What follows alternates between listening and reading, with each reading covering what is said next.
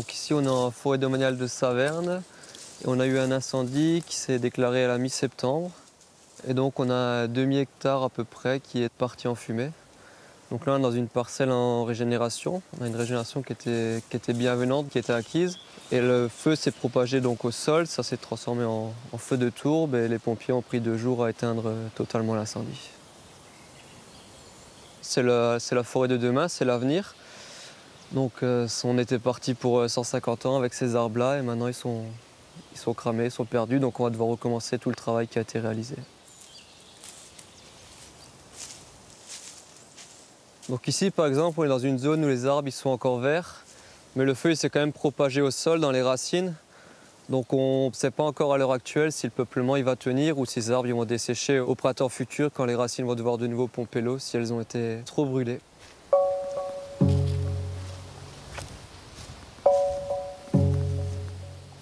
Que les arbres partent en fumée, c'est ce qui inquiète de plus en plus les forestiers du Grand Est. À cause des sécheresses et des canicules répétées des 3 dernières années, les départs de feu se multiplient. Une augmentation du risque d'incendie qui n'atteint certes pas ceux du sud de la France, mais que les pompiers de la région prennent très au sérieux, et ce, quelle que soit la saison. Un des plus gros feux qu'on a eu, nous, sur le département, c'était un lundi de Pâques, et on a 25 hectares plus de chaumes et d'herbes sèches qui ont brûlé, mais on était sur les crêtes et il y avait encore de la neige. Donc c'est pas qu'en été, quand il fait 35-40 degrés, c'est notre forêt est sèche. On a des arbres qui sont couchés suite aux différentes tempêtes. Donc on a tout au long de l'année une grosse fragilité et un risque important d'éclosion de sinistres. J'insiste bien, y compris, alors pas en plein hiver, mais avant l'été. On n'est pas encore dépassé par les événements, mais il faut s'y préparer, ça met des années. Il nous faut des personnels formés, il nous faut des engins spécifiques. Parce qu'un des éléments importants aussi de notre stratégie, c'est d'empêcher ce qu'on commence à voir dans d'autres pays encore, avec ce qu'on voit en Californie, en Australie, des feux entre guillemets incontrôlables. C'est d'avoir des accès pour ne pas arriver à des feux qui prennent des dimensions qu'on ne saura plus gérer. Ce qui augmente le risque d'incendie dans le massif vosgien, c'est le nombre important d'arbres qui sèchent sur pied depuis 3 ans. En 2020, l'Office national des forêts a recensé en France plus de 218 000 hectares de forêts publiques touchés par ce dépérissement inédit. C'est environ 20 fois la surface de Paris. Dans le Grand Est, les agents de l'ONF ont mis la forêt sous haute surveillance et recensent précisément les arbres dépérissants. On a mis en place un outil dédié qui permet à chaque forestier, depuis son poste de travail, en fait, de signaler chaque dépérissement qu'il observe. Et assez rapidement, c'est un outil cartographique qui permet de sélectionner la parcelle où il a repéré du dépérissement. On a les points rouges qui correspondent à des zones de dépérissement d'épicéas. Les points jaunes à du sapin, les points verts, c'est du hêtre. Voilà, il sélectionne cette parcelle par un clic et il donne quelques informations qui sont l'essence, les diamètres, si les bois peuvent encore être mobilisés ou si au contraire ils sont destinés à être abandonnés parce qu'ils n'ont plus de valeur. Ici on voit qu'on a 150 mètres cubes de sapin en cours d'exploitation. Là il y avait 40 mètres cubes qui avaient été annoncés, qui sont terminés, 116 mètres cubes ici, 50 mètres cubes là, 100 mètres cubes, 100 mètres cubes. Ceux-ci sont inexploitables donc ne seront pas cherchés. On court en permanence après des nouveaux foyers. Qui apparaissent un peu de manière aléatoire. Comme on voit sur la carte, il y a des points de couleur partout sur l'agence. Il y a des foyers dans tous les sens. Et donc cette base qui est alimentée quotidiennement par nos forestiers permet d'avoir à tout moment l'information sur la quantité de bois qui ont dépéri depuis le début du phénomène. Une sécheresse qui favorise aussi le développement d'insectes ravageurs. De l'est de la France à la Pologne, toutes les forêts européennes subissent actuellement une épidémie de scolytes qui tue les épicéas. Claude Haut et Maren Baumeister accompagnent les propriétaires privés de forêts pour les aider à détecter la présence de l'insecte et empêcher au plus vite sa propagation. Aussi appelé typographe, cet insecte creuse des galeries sous l'écorce de l'arbre. On voit l'écorce qui se détache. Ouais. Donc a priori c'est un début de foyer, oui. Le scolyte, c'est un parasite de faiblesse qui s'installe sur des arbres qui ont été affaiblis. Et les dernières années, avec les épisodes de sécheresse, de canicule qu'on a connus dans le Grand Est, eh bien, ont affaibli les peuplements. Et le développement en fait, de ce parasite va conduire au dessèchement et au dépérissement de l'arbre. Et donc on va voir apparaître dans les peuplements des arbres complètement rouges. Les aiguilles vont tomber. Tiens, regarde Claude, là on voit bien les galeries typiques du typographe. Là, la grande galerie longitudinale et puis les galeries larvaires qui partent de part et d'autre. C'est sa signature. Hein. Voilà, on a encore quelques larves qui sont présentes, qui n'ont pas fini leur cycle de développement. Et puis là, un petit typographe qui essaie de se cacher. Elle est déjà bien attaquée, mais en haut, il y a encore des aiguilles vertes. De loin, l'arbre apparaît vivant, mais alors qu'il va, dépérir rapidement ces prochaines semaines. Les insectes sont partis. Donc là, on arrive après la bataille.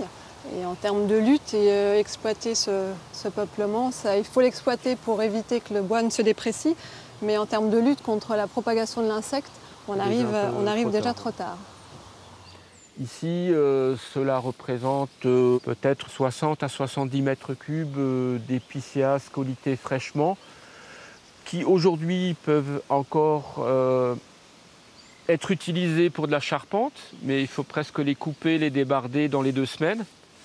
D'ici la fin de l'année, ce sera plutôt des bois destinés à la palette. Et au courant de l'année prochaine, ce ne sera plus que du bois de trituration qui va donner du bois pour faire des panneaux. Ces bois vont quand même relativement rapidement se dégrader en qualité. C'est un peu une course contre la montre, c'est-à-dire qu'il faut détecter très très tôt les attaques au tout début, et essayer d'exploiter les arbres le plus rapidement possible et sortir de la forêt pour éviter que ce premier foyer ne permette un essaimage supplémentaire et que les insectes n'aillent attaquer les arbres voisins, enfin comme ça de proche en proche. La difficulté est d'autant plus grande dans les forêts privées, souvent oubliées et mal entretenues par leurs propriétaires. Posséder une parcelle de forêt était une richesse lorsque tout le monde se chauffait au bois. Mais aujourd'hui, les prix de vente couvrent à peine les coûts de l'abattage. Nos forêts, elles souffrent depuis quelques années des sécheresses et des épisodes de chaleur estivale. On voit des problèmes pas seulement sur l'épicéa, mais aussi sur le sapin qui connaît aussi une phase de dépérissement importante. On commence à avoir des signes un petit peu de dépérissement sur d'autres essences comme le hêtre. Donc c'est vrai qu'on est inquiet. Et la difficulté qu'on a, c'est que la forêt, c'est un temps long, ce n'est pas une culture agricole où on peut rapidement ajuster le choix de la culture. Là, c'est des cycles de 80, 100, 150 ans selon les essences. Et donc, on ne peut pas du jour au lendemain changer son fusil d'épaule, changer d'essence, changer sa manière de faire. Donc, c'est vrai qu'on a une inquiétude par rapport à ça. Les forestiers de l'ONF doivent penser loin dans le temps, et sans véritablement savoir si notre planète se réchauffera d'1 degré ou plutôt de 6 degrés dans le siècle à venir. Alors ils se préparent à tous les scénarios, quitte à chercher au bord de la Méditerranée des arbres qui remplaceront peut-être un jour le sapin des Vosges.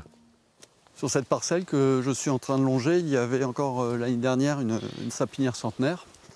Et ces arbres en fait n'ont pas survécu aux 2 épisodes de sécheresse des 2 dernières années. Et la plupart des arbres ont séché sur pied. Il a fallu tous les récolter. Et donc on se retrouve maintenant avec une parcelle avec quasiment plus aucun arbre adulte et des vraies questions par rapport au renouvellement pour l'avenir de ce peuplement.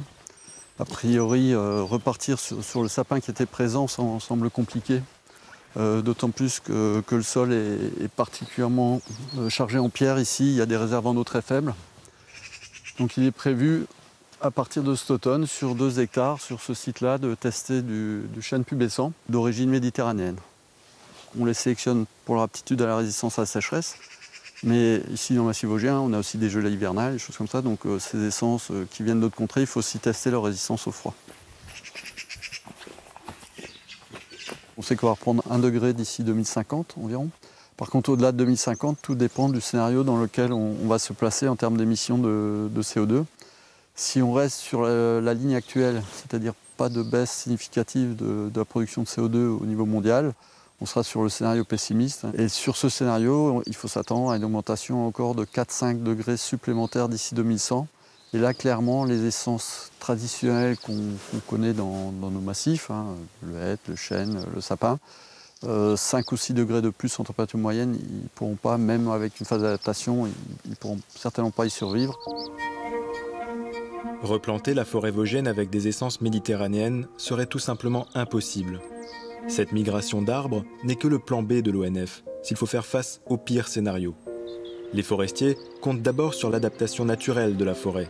Les arbres qui auront survécu aux sécheresses transmettront aux générations futures leur résistance au réchauffement climatique, à condition de les protéger. Et leur principal obstacle n'est ni le feu, ni les insectes, mais plutôt les cerfs et les chevreuils en trop grand nombre qui dévorent les jeunes arbres. Suite à la mise en place de cette clôture, on voit qu'il y a de nombreuses essences qui se sont développées, aussi bien résineuses que feuillues. Donc on voit dans le résineux, on a du pin, de l'épicéa, du sapin. Mais ce qui est intéressant, c'est qu'en feuillu, on a du bouleau, on a du sureau, on a du sorbier, on a du hêtre. Et probablement, il doit y avoir, en cherchant aussi, du chêne et d'autres essences feuillues qui nous intéressent. Donc on a quelque chose de très diversifié et qui peut s'avérer très résilient par rapport à des épisodes de sécheresse. À l'inverse, si on regarde de l'autre côté, on a une zone qui date à peu près de la même époque. Et on voit une évolution totalement différente en l'absence de protection, puisqu'on a effectivement le gibier qui a fortement consommé les arbres, au point que les essences feuillues ne sont même pas apparues. Si on s'approche, on voit qu'il n'y a pas de feuillus, ou pratiquement pas, ou les quelques-uns qu'on verra seront au ras du sol. Et ça, c'est vraiment quelque chose qui va nous handicaper à l'avenir dans un contexte de réchauffement et de période de sécheresse de plus en plus régulière. La forêt vosgienne ne va pas disparaître, mais elle va probablement changer de visage, plus ou moins selon l'importance du réchauffement planétaire. L'avenir de la forêt dépendra bien sûr du travail des forestiers et de la vigilance des pompiers. Mais il dépendra surtout de notre capacité à tous à limiter le réchauffement climatique dans la décennie qui vient.